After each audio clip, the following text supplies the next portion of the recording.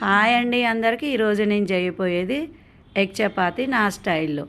ఒక కప్పు గోధుమ పిండి తీసుకొని కొంచెం సాల్ట్ వేసుకొని కొంచెం మెత్తగా కలుపుకొని పక్కన పెట్టుకోవాలి.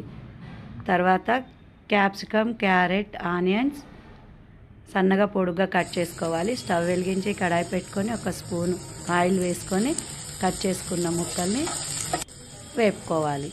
కొంచెం సాల్ట్, కొంచెం మిరియాల పొడి వేసుకొని లైట్గా వేపుకొని పక్కన పెట్టుకోవాలి. చూడండి ఎంత కలర్ఫుల్గా ఉందో, బ్లాక్ కలర్ వచ్చింది చూడండి. తర్వాత చపాతీని రుద్దుకోవాలి. తర్వాత ఒక ఎగ్గుని తీసుకొని బీట్ చేసుకొని పక్కన పెట్టుకోవాలి. తర్వాత కొంచెం ఆయిల్ వేసుకొని చపాతీని రెండు వైపులా కాల్చుకోవాలి. తర్వాత బీట్ చేసుకున్న ఎగ్గుని వేసి దాని మీద కొంచెం సాల్ట్, మిరియాల పొడి వేసుకొని తర్వాత దాని మీద చపాతీ పెట్టుకోవాలి.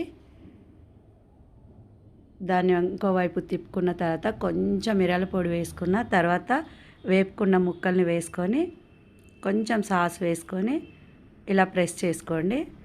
తర్వాత ఒక్కసారి పెంక మీద పెట్టుకొని వేడి చేసుకోండి.